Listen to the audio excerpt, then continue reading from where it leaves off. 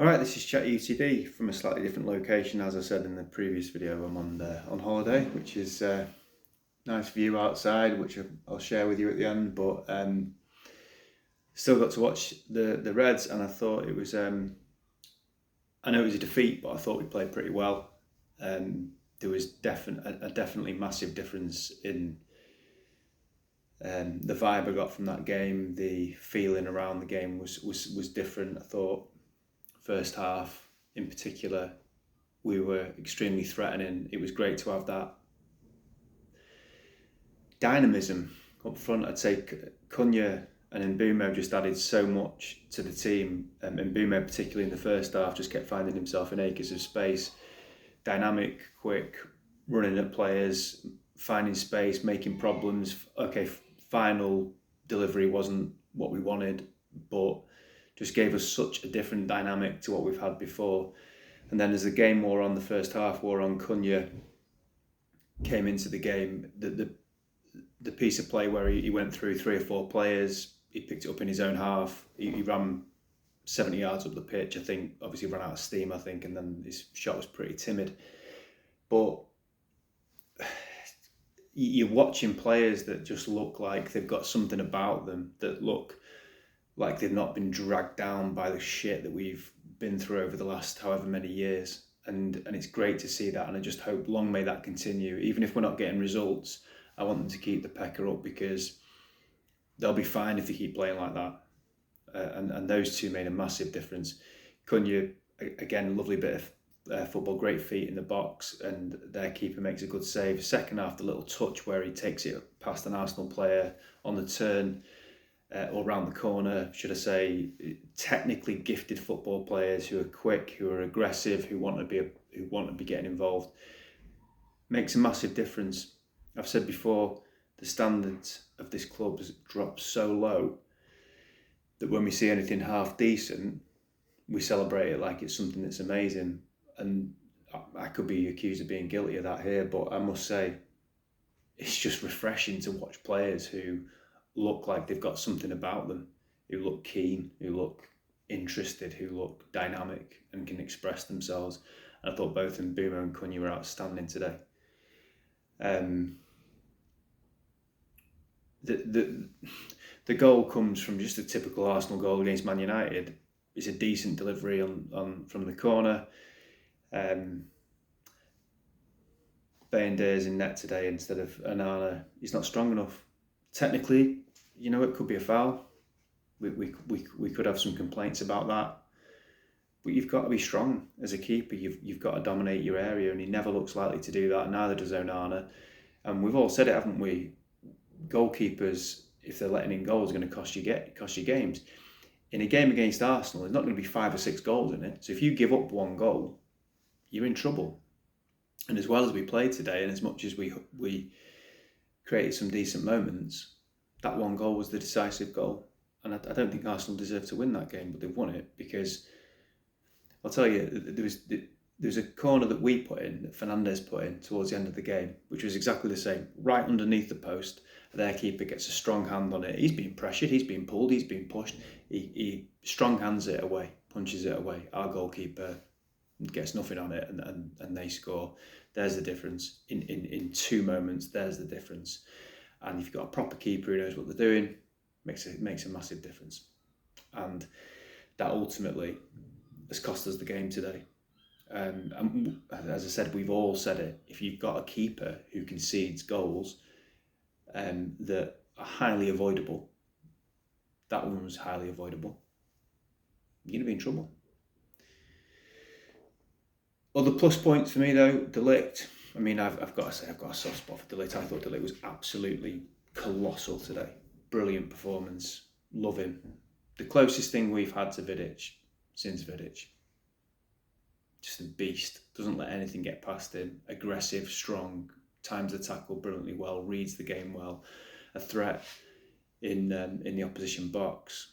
And I thought he was superb today. First half, Dorgu did well, hit the post.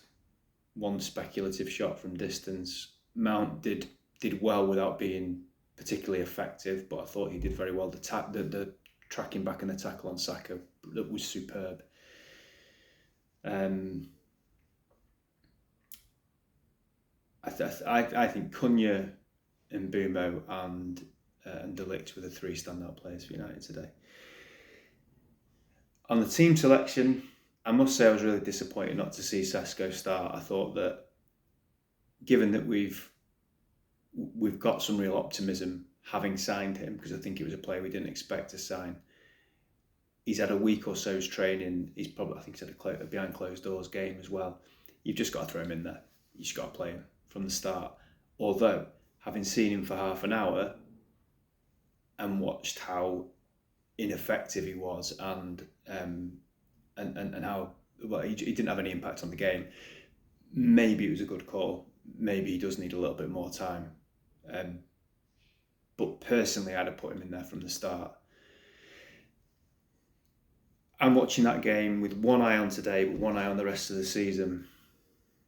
And I'm thinking, if you get Mbeumo and Cunha and you throw an absolute monster into the mix like Sesko at 6'5", and he starts to hopefully play with the confidence that he's played with, obviously a far lower profile club like Leipzig previously, we've got some mischief in that front three.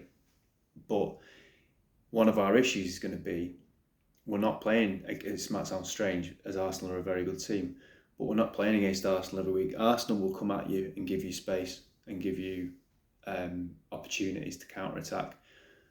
Other teams, when we played Burnley at home on the 30th of August, they're not going to give us space like Mbeumo had in that first half. Fulham away are unlikely to give you that space. Sunderland, when we play them, are not going to give you that space. And that's long since been a problem for United, being able to play against those teams that just sit and make it very difficult. So today, I don't want to be negative, could be a false impression. It could well be, oh yeah, Mbeumo and Cunha look brilliant. Yeah, they did. You've got to call it as you see it. I thought they looked fantastic. They gave us a massively different dynamic. But that's against Arsenal, when Arsenal are coming forward and trying to make things happen. In the second half, Arsenal sat a lot deeper and we didn't make as many things happen. So we still looked a far greater threat than we have done previously. But I'm torn. There's a part of me which is quite excited. There's a part of me which is thinking, as I say, I tell you what, if you put those three together, that could be naughty as the season goes on. But our team's going to give us that space that we had today. And the other thing is, in turning up and playing well against Arsenal was never going to be a problem. I backed us to win today in the preview that I did. I didn't expect us to play badly today, but the key thing for this team is consistency. And are we able to do that? I'm not sure. I still remain very strong in the fact that I think we need a midfielder and a goalkeeper. I said it, I think, in a video previously. If you push me on which one's more important, I'd say a goalkeeper. But it seems like we're more likely to get a midfield player. We need, all right, if it's one or the other, fine, but I think we need both. But we certainly, if this is what we go into the season with, then, as I said the other day, I think we're going to finish 10th or thereabouts, and maybe hopefully have a couple of decent cup runs. But we've got to, I think we've got to be ambitious. We've spent a lot of, when you think about it, coming into this season, pre-season, should I say, there was talk that United only had about 120, 150 million pounds to spend. We've spent already more than 200, I think. But realistically, we need two more. Now, whether they get creative with that and go with the Douglas Luiz option or something like that, where you say, okay, let's get him on loan from Juve. Not ideal, but better than what we've got. Or certainly would add to what we've got. Do you go with a young goalkeeper like Lemens, as I've spoken about before? He's not going to cost you the earth. Or do you go balls out and trying to get two really top players? What we do from between now and the end of the window is still massively important as to what we end up achieving this season.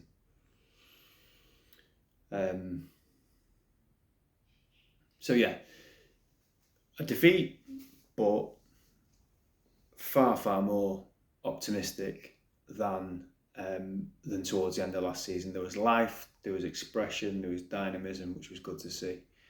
I'll just quickly show you. Not that you're probably that interested, but this is the view that I've got. Not bad, is it? A bit of Cornwall for you folks. Okay, nice one. Glazers out.